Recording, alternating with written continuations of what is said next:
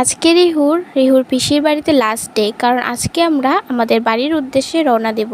সেজন্য বেশ দুপুরই আমরা বেরিয়ে পড়েছিলাম বাড়িতে যাওয়ার উদ্দেশ্যে। আজকের ওয়েদারটি ছিল খুব ভালো, হালকা বৃষ্টিও হচ্ছিল আর বেশ হাওয়াও দিচ্ছিল। সেজন্য গাড়ি করে যেতে খুব একটি কষ্ট হয়নি, বেশ ঠান্ডাই ছিল।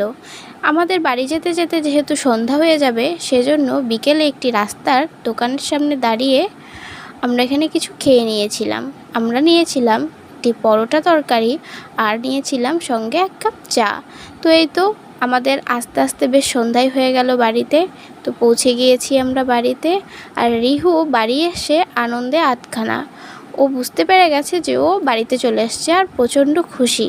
তো আজকে রাতে আমাদের ছিল একটি বার্থডের ইনভিটেশন, তারপর আমরা সেখানেই যাই।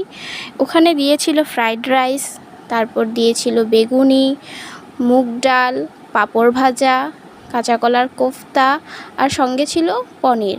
এরপর দিয়েছিল আইসক্রিম, সেটা আমি ওখানে খাইনি।